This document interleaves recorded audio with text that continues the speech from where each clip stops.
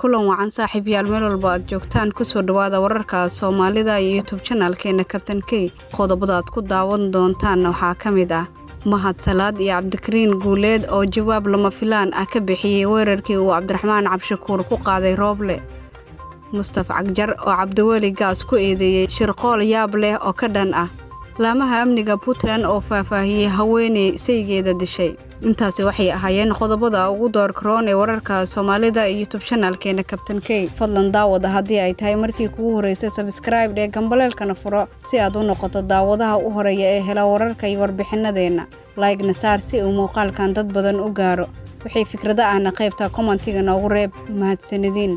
aynu ku bilownay madaxweynaha dowlad deegaanka Soomaalida Mustafa Maxamuud Cumar oo wareysi siiyay telefishinka EZ ayaa eedeymo la yaab leh u jeediyay madaxweynihii hore ee Puntland Cabdiweli Gaas Cagjar ayaa ku eedeeyay Cabdiweli Gaas inuu dhinaca xuduudda Puntland iyo deegaanka Soomaalida ka soo geliyay ciidamo isla markaana uu duulaan ku yahay amniga deegaanka sida uu hadalka u dhigay macada inuu Cabdiweli Gaas uu abaabuli karo ciidanka uu sheegay Cagjar maadaama uusan iminka wax xil ah ka hayn Puntland iyo Soomaaliya inteeda kale madaxweyne Mustafa Cagjar ayaa sheegay in TPLF ay dhibaato xoog leh uga tageen deegaanada Soomaalida wuxuu sidoo kale sheegay in dhibaatooyinkaasi la abuuray marar badan wuxuu sidoo kale intaasi sii raaciyay hadalkiisa in waxyaabihii lagu go'aamiyay shirkaasi ay qayb ka ahaayeen in la kala jabiyo ciidamada maamulkiisa isla markaana ciidamo kale la soo geliyo dhanka xuduudda isagoo xusay inay la wareegeen hay'adda sirdoonka laguna guuleystay in la fashiliyo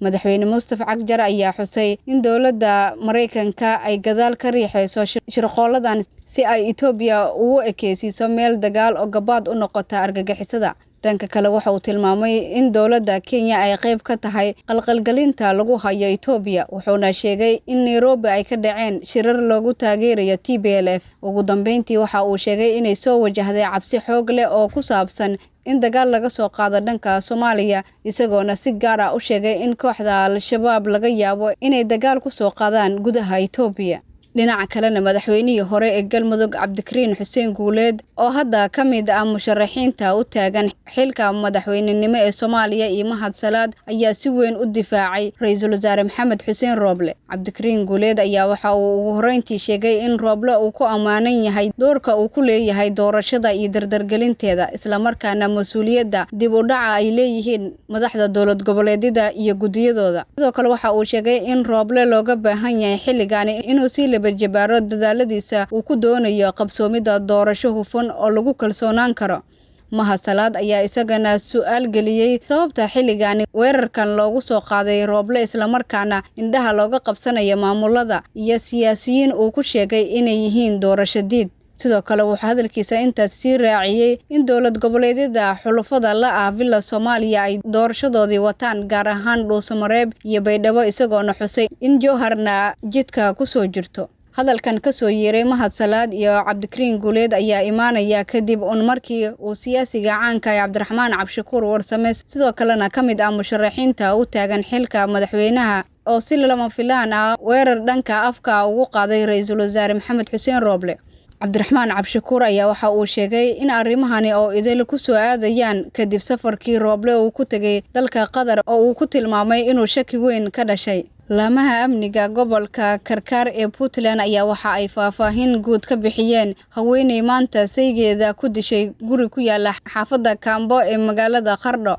haweeneydan oo u hayso 4 caruur ah ayaa saygeeda oo lagu magacaabi jiray Aweys Cabdi Nuur oo jira da'da 35 toori qoorta lagaga dhuftay waxaana dhaawac culus oo uu soo gaaray ugu geeriyooday isbitaalka magaalada Qardho taliyaha booliska gobolka Karkar ayaa sheegay in dilka haweeneydani ay saygeeda uu salka ku haya arrimo la xiriira maseer ama hinaaso isla markaana haweeneydan oo lagu magacaabo Farxiye Cismaan Maxamed ay ku jirto gacanta ciidamada booliska wuxuu hadalkiisa intaasi ku daray taliyaha in bulshada magaalada Qardho iyo ciidamada oo iskaashanaya ay u suurta gashay in haweeneydan dilka geysatay ay qabtaan wuxuuna bulshada ka codsaday inay ciidamada mar walba sidaan ula shaqeeyaan dhacdooyinkan la xiriira in haweeney ay disho saygeeda ama nin uu dilo xaaskiisa ayaa sanadkiiba mar dhaca iyadoona dhacdadan ka dhacday magaalada Qardho la yaab ku noqotay bulshada magaaladaasi maamulka gobolka Gada ayaa sheegay in ugu yaraan 4 qof ay marayso tirada dadka gaajada iyo oonka ugu dhintay gobolka arintaas oo ka dhalatay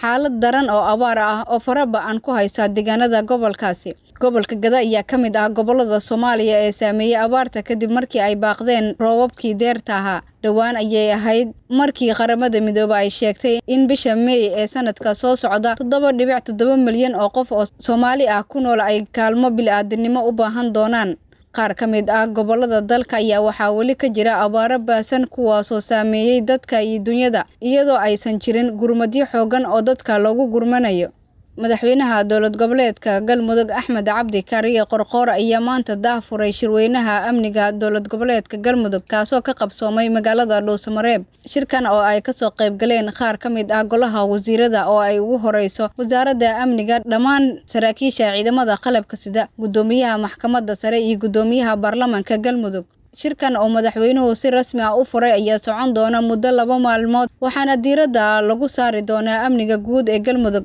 amniga doorashooyinka iyo arrimaha garsoorka iyo cadaaladda. Madaxweynaha dowlad goboleedka Galmudug Axmed Cabdi Kaariye Qorqoor ayaa u mahadceliyay saraakiisha ciidamada kala duwan iyo kuwa AMISOM sida ay u gutaan waajibaadkooda shaqo ee ka saaran amniga deegaanada Galmudug. Wuxuu sidoo kale sheegay inaysan jirin wax ka muhiimsan amniga, wuxuuna qiray in falal amni daro ay ka dhacaan Galmudug balse muhiimadu ay tahay in wax laga qabto dambi kasta oo ka dhaca, isagoona u kala qaaday in dambiyada ay yihiin kuwa laga hortago iyo kuwa laga daba tago. Ugu dambeyntii madaxweynaha Galmudug ayaa sheegay in dhammaan hay'adaha garsoorka ee deegaanada Galmudug ay si wanaagsan u shaqeeyaan, wuxuuna ka dalbaday inay dardargeliyaan howlaha ay u hayaan bulshada ku nool deegaanada Galmudug. Kulankan oo looga hadlayay amniga guud oo ka furmay magaalada Dhuusamareeb ayaa ku soo aadaya xilli deegaano ka tirsan Galmudug ay ka dhacayaan falal amni daro oo qaarkood ay fulinayaan Al-Shabaab iyo kuwa colaad beeleedyo ah. Ugu dambeyntii guddiga doorashooyinka heer dowlad goboleed ee Galmudug ayaa maalintii labaad oo xiriir ah waxa ay magaalada Dhuusamareeb ka wadaan diiwaangelinta musharaxiinta 5 kursi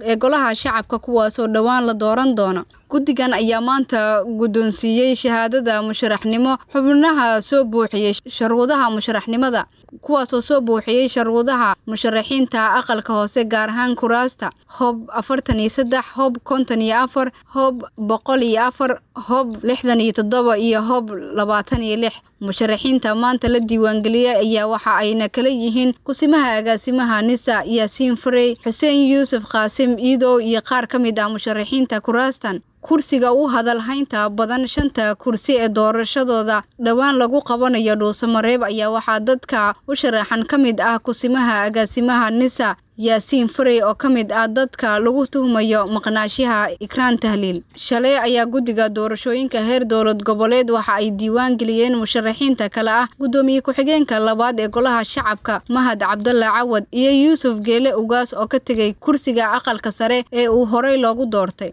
guud ahaanna waa naga intaa wararka Soomaalida iyo YouTube channelkeena Captain K aad ka daawanayseen tan iyo warka xiga intaan ku kulmi doono sida ay nabadgelyo.